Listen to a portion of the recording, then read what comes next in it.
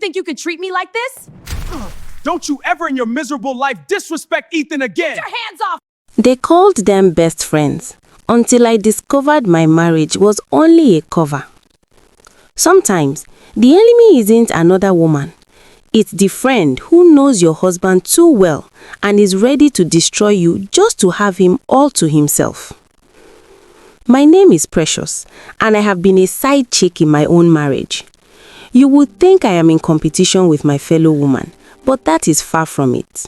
This is my story, and this is how it all started. Precious used to believe that love was quiet, that if you loved deeply enough, you endured quietly enough. She didn't know that silence could become a hiding case for evil. Daniel and Ethan were inseparable. From university days, they did everything together.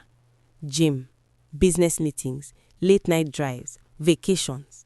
People joked, "Are you two married?" Daniel would laugh. "I beg, that's my guy, blood."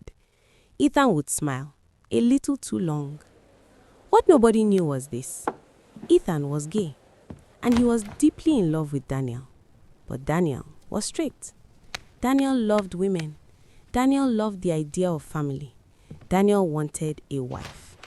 And that was when Precious entered his life. Daniel met Precious at a friend's event. She was calm, gentle, soft-spoken. Not loud, not flashy, but peaceful. After their first date, Daniel told Ethan excitedly, "Guy, I think I found her." Ethan's smile froze. Found who? The woman I want to marry. That night, Ethan cried alone. Not the loud kind of cry, the quiet, bitter one. After everything, you choose her? Jealousy took root, and jealousy soon became obsession. Ethan didn't want to lose Daniel, so he went where desperate hearts go, a shrine. The native doctor listened and asked, "What do you want?"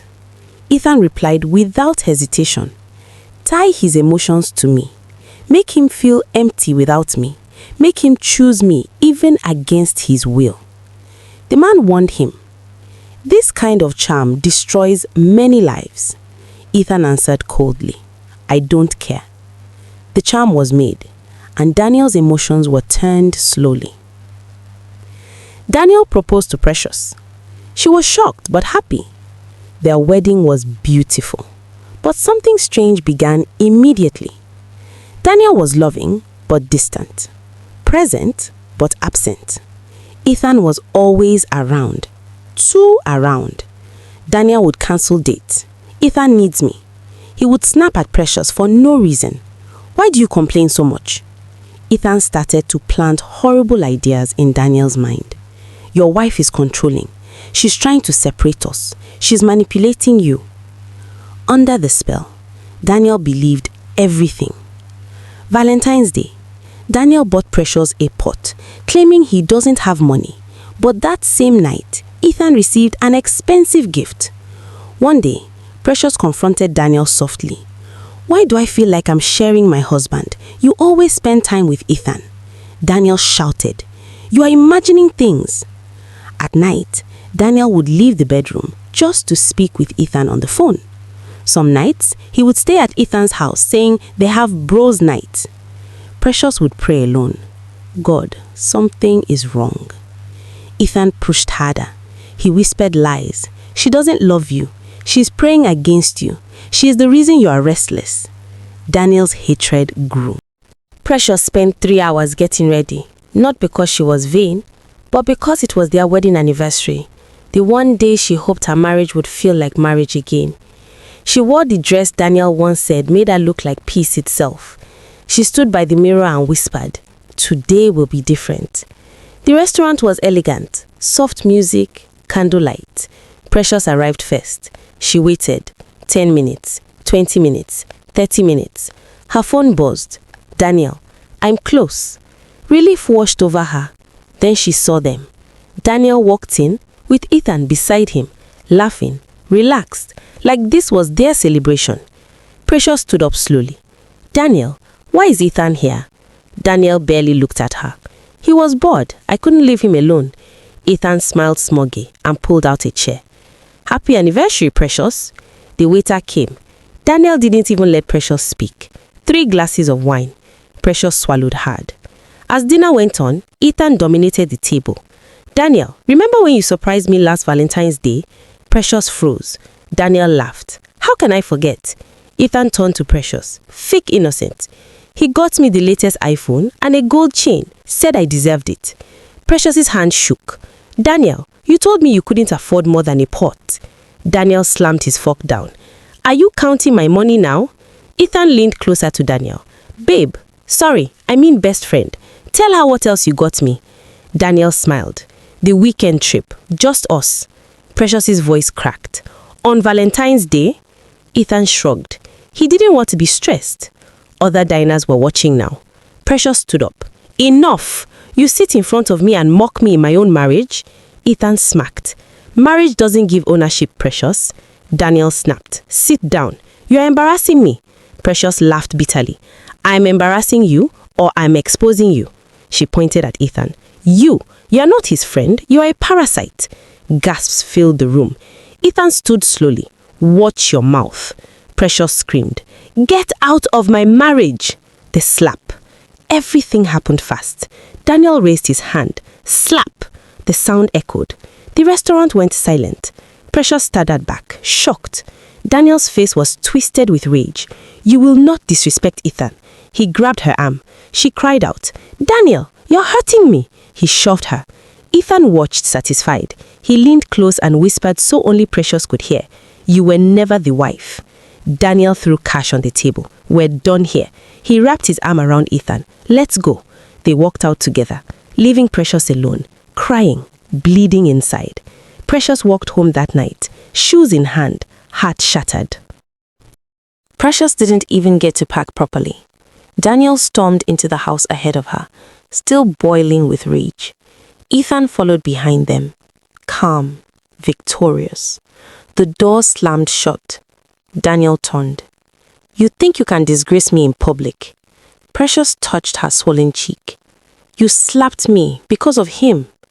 Daniel laughed bitterly. Because you don't know your place. She stepped back. Daniel, this is my home. He grabbed her bag and flung it across the room. Not tonight. Ethan sat on the couch, crossing his legs. Daniel, don't stress yourself. Some women only understand consequences. Precious turned to Ethan, her voice trembling with rage. You are evil.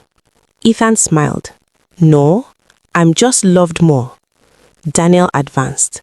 Precious backed into the wall. Please, this isn't you. That sentence angered him the most. He pushed her. She fell. Before she could get up, he kicked the bag toward her. Pack and leave. I'm filing for divorce. Precious cried out. For what? Loving you? Daniel slapped her again. Harder. I don't love you. The words pierced deeper than the blows. Ethan looked away, not out of shame, but satisfaction. Precious crawled to her feet, sobbing. She picked her bag. At the door, she turned one last time. Whatever spirit is speaking through you, it will answer to God. Daniel scoffed. Take your prayers with you. The door slammed. Precious slept in a friend's store that night. No bed, no blanket, just tears. She whispered, God, I don't recognize my husband. That night, she dreamt of chains wrapped around Daniel's chest, pulling him toward darkness. She woke up shaking, and that's when she decided, I will not fight flesh. I will fight the altar behind this. The fasting begins. Day 1, Daniel didn't call. Day 3, Ethan moved fully into the house. Day 7, Precious stopped eating. She prayed until her lips cracked. Reveal the truth. At the house, Daniel grew worse. He became aggressive, restless, sleepless. Ethan's hold tightened, but something was wrong. Daniel started getting sick whenever Ethan touched him. Ethan noticed. You're pulling away. Daniel snapped. I don't know what's happening. Ethan panicked. The charm was weakening. Ethan returned to the shrine. She's praying. The native doctor frowned. Her prayers are burning the charm, and if we do anything, it might backfire. Ethan insisted on doubling the spell against the warning, but desperation always backfires. Daniel collapsed one evening, convulsing, foaming. Ethan screamed for help. They carried Daniel to the matrimonial bedroom, the same bed he once shared with Precious. As Daniel lay there, Precious was praying miles away. God, expose everything. Daniel woke up suddenly, sweating, confused. The room felt heavy. He turned. Ethan was naked, too close. Daniel froze. Then he saw himself, naked, on his own bed. His heart dropped. What is this? Why are you on my matrimonial bed naked? Ethan tried to touch him. Daniel screamed, "Don't touch me!" Something snapped inside him. Memories rushed in. The affair with Ethan, the anniversary night, the hatred for Precious that made no sense.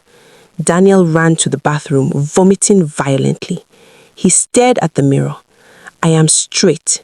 This is not me. He fell to his knees. God, forgive me. It was the last day of the fasting and prayers. Precious arrived at the house later with spiritual elders. Prayers were said, oil poured, the atmosphere shifted. Ethan began shaking, laughing, crying, screaming. I only loved him. I only wanted him. The final prayer hit. Ethan collapsed. His eyes rolled back. His mind shattered.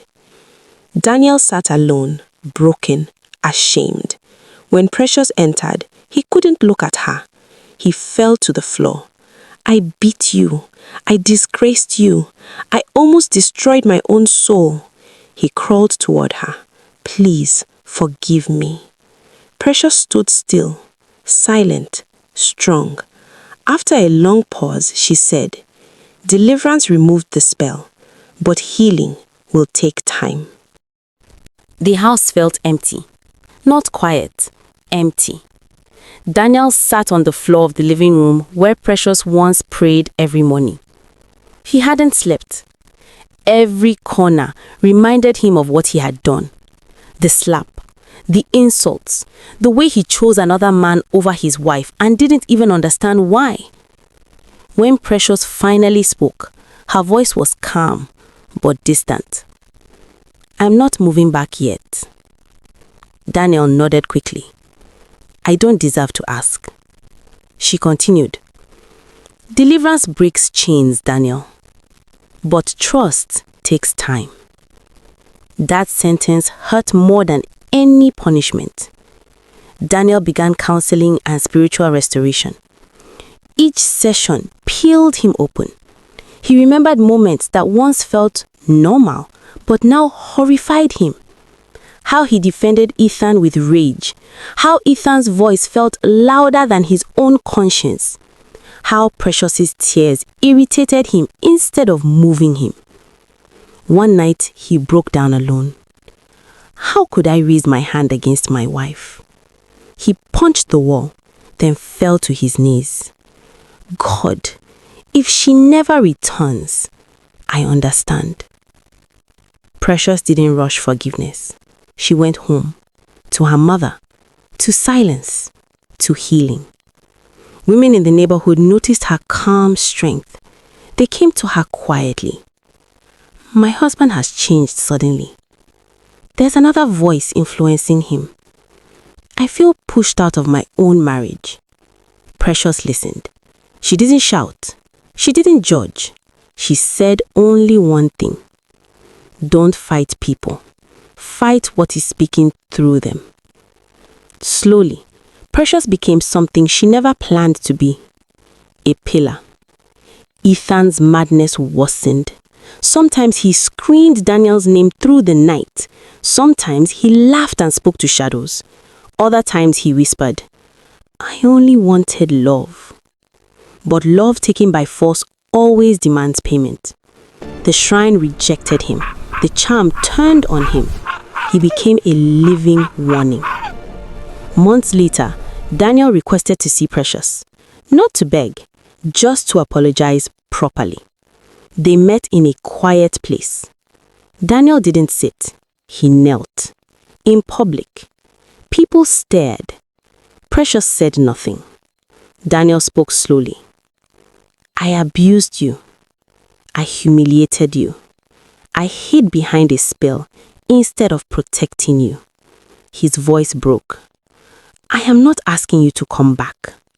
That shocked her. I am asking you to heal, even if it's without me.